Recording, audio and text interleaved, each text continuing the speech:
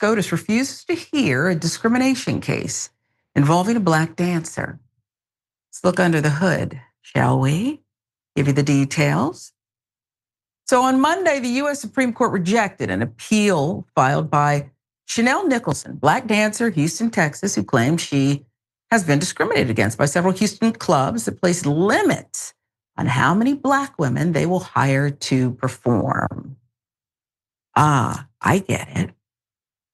According to The Hill, professional dancer Chanel Nicholson filed her lawsuit in August 2021, claiming the clubs listed as defendants violated a federal law against racial discrimination and making and enforcing contracts limiting the number of Black dancers who could work the same shift as a matter of policy. For example, Nicholson said a manager at the club CoverGirls told her she could not perform at the venue in November 2017 because there were already, quote, too many Black girls in the club. She also claimed that in August 2021, she was told by the manager at a club called Splendor that the club was not taking any more Black girls.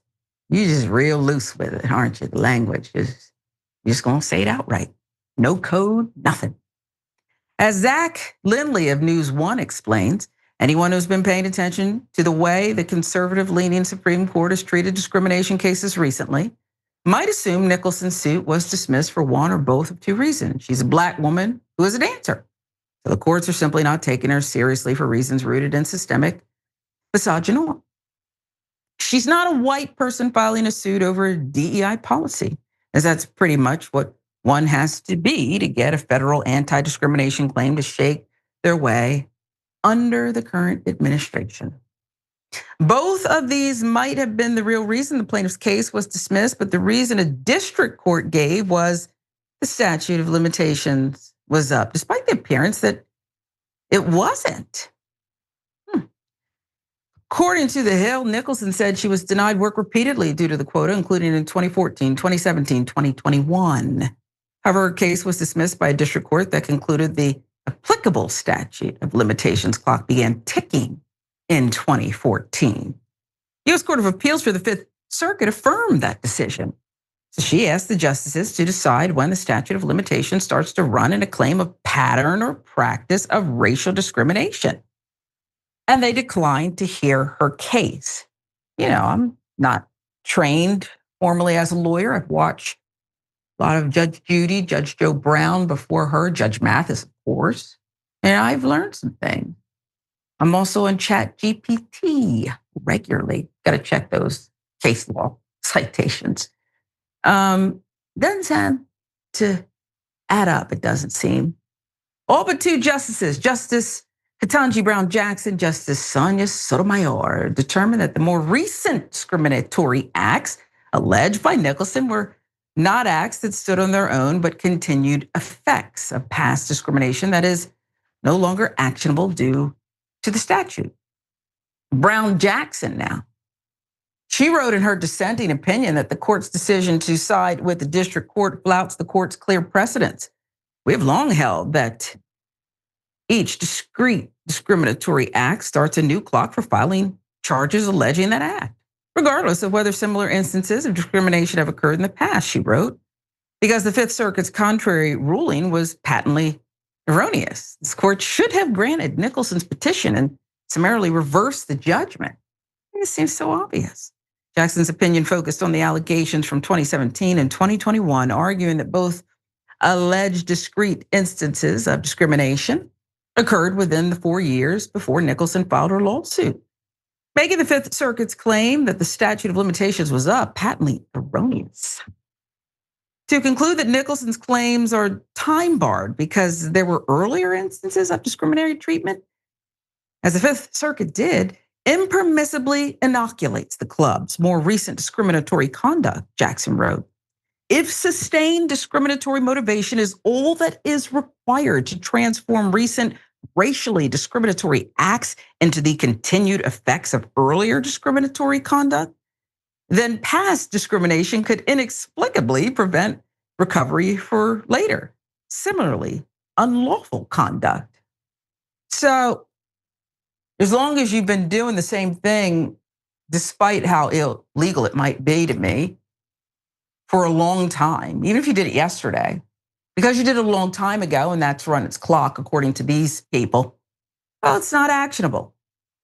So discriminate on Houston clubs. Atlanta doesn't limit the number of Black women who want to, or men, get on stage. I'm just letting you know that. And I don't go to the clubs, but this is Atlanta and there's only one Magic City.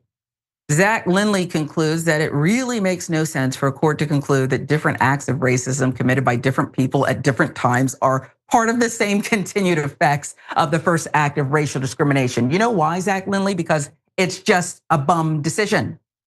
It's a bum decision. A layperson can read this and smell what's cooking. It's almost as if racial discrimination is treated like a trivial thing until white people are filing suits over diversity efforts. We're just basically repackaging white supremacy. That's how we're making America great again. It's as if Zach Lindley has the blueprint or something that Stephen Miller wrote, said this is what we're going to do in the second term. Repackage white supremacy, okay? And make America great again. We don't even have to say the little fine print for white people. Just that's what we're doing, because that's when America was great, okay? Not for me, not for you, Yas. That's when it was great, and they want to go back to that.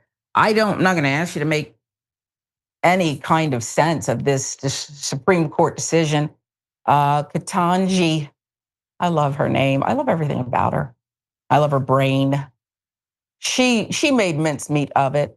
I mean, we're talking about the highest court in the land, where I love the law. I want to see highbrow issues just adjudicated, things I hadn't thought about. I'm a lay person.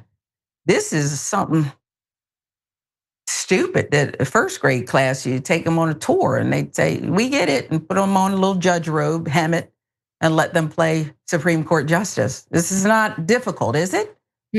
No.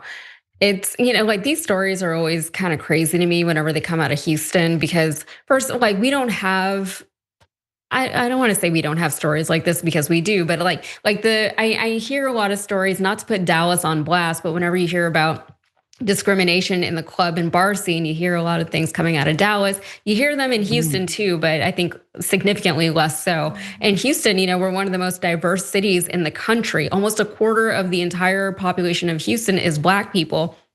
But let's be real, it's still the South, right? Diversity definitely helps to alleviate or prevent racism. But what happened here with this dancer was pretty blatantly discriminatory, right? The manager said that the reason why she wasn't getting hired was because she was Black, and that is racial discrimination by definition. So this story, though, it does have an added level of interest because it does involve the Supreme Court. And the Supreme Court is something that we should all be keeping an eye on these days. We know how the court leans. We know that it leans very conservative. We see how many of our justices are unapologetically compromised and corrupt. We all watched as the court basically empowered and protected Trump as though he was a king in this country. But we also see Trump appointed and Republican appointed judges finally speaking out against Trump and his administration. We see them issuing judgments that impede his agenda. So maybe I'm being a little bit too optimistic here, but there seems to be even a very slight one, but there seems to be a shift that is finally starting to happen in the court, The court has functionally lost all of its respectability and credibility in recent years, as far as I'm concerned, with the exception of a few judges on the court. But whatever they do now is probably too little too late. But this could have been a really easy win for them. This could have been a really easy way for them to say, look, we're still the highest court in the land. We still can objectively look at things and say, this is right, this is not right. This should have been a slam dunk case, open and shut case for them. But instead, they just decided not to deal with it at all. Yeah. They're the Supreme Court. Bingo. They don't get to not deal with things, right? Yeah, People, bingo. Have been dealing with things all the way up to you, and then you get there and it gets to you, and then you say, you know what, I can't be bothered. This should have been such an easy win for them, such an easy way for people to say, you know what, at least the court is still objective. At least the court is still made up of the most brilliant, ethical minds in the country. We know that's not true, but that is what they try to tell us, right? That's what they purport to be. Sure. It's ridiculous that they couldn't even look at this case. What a bum decision. And it should have been easier, you would think, for the district court too. Yeah. Why did it have to make it all the way up to the Supreme Court? I don't know. I'm troubled though, yes, because it seems as though, when the Supreme Court does or doesn't rule, in this case they didn't, there's a precedent that's left. So now is this the standard across? They'll figure out. I know they want to make it piecemeal. And they so know run that. every court. Yeah. The people in the Supreme Court, they're not stupid. We probably don't agree with them on most things, on a lot of things, but they're not dumb people. They know what they're doing. Whenever they say we're not going to rule on this, they're saying that this can continue to happen and we're not going to do anything about it. So, and in the future, going forward, like whenever things like this do come up, maybe they'll revisit it or they'll just lean back on the precedent, which is what they do so often. It depends. Is Ginny Thomas going to call some people, rally people? I don't know. I mean, that's what was Thomas. I haven't thought about her in a long time, and I probably should be sorry to bring her up. More, I'm sorry to even bring her up because that's a real one right there. I mean, we should probably always be thinking about Ginny Thomas and what she represents and people like her. So, no rest for them and no rest for us. Yeah. So. I'm still in the article where her family, his in-laws, had a lot to say. I didn't think Ginny would bring home a black man.